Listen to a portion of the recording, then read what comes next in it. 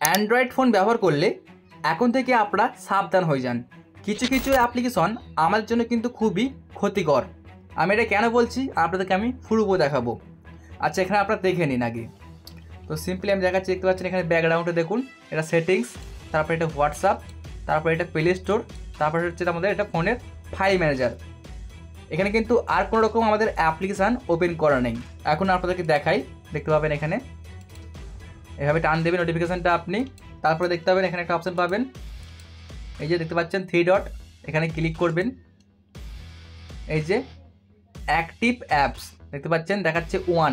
যদি আমি এখানে ক্লিক করি একবার তাহলে দেখতে পাবেন, জাস্ট ক্লিক করলাম, এই যে ভিডিমিট, এই অ্যাপটা কিন্তু অটোমেটিকলি চলছে, মানে আমি কিন্তু অ্যাপটিকে অনও করিনি। তাহলে কিন্তু কী করতে হবে এখন আমাদেরকে, এটাকে জাস্ট অ্যাপটিকে হয়তো আপনি আনইনস্টল করে দিতে পারবেন এবং এখান থেকে আপনি এটাকে অফ করবেন। তো আপনারা কিন্তু অবশ্যই এভাবে চেক করবেন আপনাদের ফোনে যে কোনো রকম অ্যাপ্লিকেশান আর কি অটোমেটিকলি চলছে কি না। যেমন আপনারা দেখতে পেলে আমি দেখালাম যে ভিডিমিট কিন্তু চলছিল অটোমেটিকলি। আপনারা আবারও দেখে নিন, এখানে কিন্তু কোনো রকম এই যে ভিডিমিট বলে অ্যাপ্লিকেশানটা নেই, তবুও কিন্তু সে অটোমেটিক চলছে। তার মানে কি আমাদের ফোনে কিন্তু ডেটা সে আর কি কনজিউম করছে। তো তার জন্য আপনারা অবশ্যই নিজেরাও সেফ থাকবেন এবং নিজেদের ফোনকেও সেফ রাখবেন। আপনারা এটা চেক করার জন্য আপনারা কী করবেন, জাস্ট দেখিয়ে দিচ্ছি।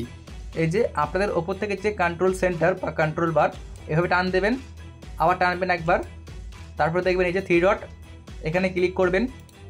তারপর এখানে দেখবেন দেখাবে এই যে অ্যাক্টিভ অ্যাপস বলে, এখন কিন্তু নেই, যদি থাকে এখানে দেখাবে অ্যাক্টিভ অ্যাপস। সেখানে ক্লিক করার পর আমি যেমন দেখলেন যে ডিলিট করলাম, আপনিও ডিলিট করবেন। তাহলে কিন্তু আপনার ফোনটা আপনি সেভ রাখতে পারবেন। আর একটা আপনাদেরকে বোনাস আমি ট্রিক্স দেখাচ্ছি, মানে বলে দিচ্ছি, সেটা আপনি করবেন। সেটা হচ্ছে কি, আপনার ফোনটিকে মাঝে মধ্যে বা কিছুদিন পর পর একবার করে সুইচ অফ করে অন করবেন। এটা কিন্তু আপনার ফোনের জন্য অনেকটাই ভালো। বন্ধুরা, এই ছিল আজকের একটা ভিডিও। যদি আপনাদের ফোনে কোনো রকম সমস্যা থাকে তাহলে কিন্তু আপনারা অবশ্যই আমাকে কমেন্ট করে জানাবেন, আমরা কিন্তু সেই টপিকে আপনার জন্য ভিডিও আপলোড করে দেবো। ভিডিওটি দেখার জন্য অনেক অনেক ধন্যবাদ।